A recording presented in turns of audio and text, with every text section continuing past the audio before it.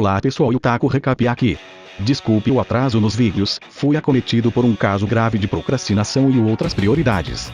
Acho que a data de publicação mudou agora, eu podia jurar que era na terça-feira mas agora é na sexta.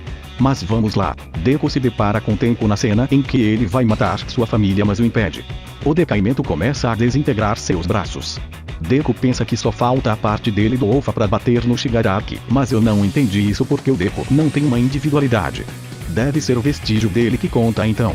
Deku diz que está ajudando porque o viu chorando, mas Tenko nega e diz que ele quis destruir sua própria casa e família. Isso é algo que eu sempre quis que fosse abordado, porque apesar de todo o horror dele, no flashback do Shigaraki ele disse ter sentido enorme prazer ao fazer isso e que a coceira parou. O que eu tinha entendido por isso é que ele sempre foi naturalmente mau, mas não foi o que esse capítulo quis dizer. Ele racionaliza questionando que se ele não quisesse isso, qual seria o motivo dele ter nascido com esse poder? Os sentimentos do Tenko estão divididos entre raiva, catarse, e pesar e confusão. Então ele realmente é uma louca mistura de sentimentos, principalmente naquele momento. Ele quis e não quis ao mesmo tempo, fica no meio termo entre bom e mal. Talvez essa seja a intenção do mangá, algo parecido com o anti-vilão, o anti-Deku. Deku acaba conseguindo entrar no coração do Tenko, aparentemente, e tem um flashback dele com os amigos, e é aí que vemos a verdadeira essência do Shigaraki, como o capítulo parece implicar. Ele quer ser um herói para os vilões, para os excluídos pela sociedade.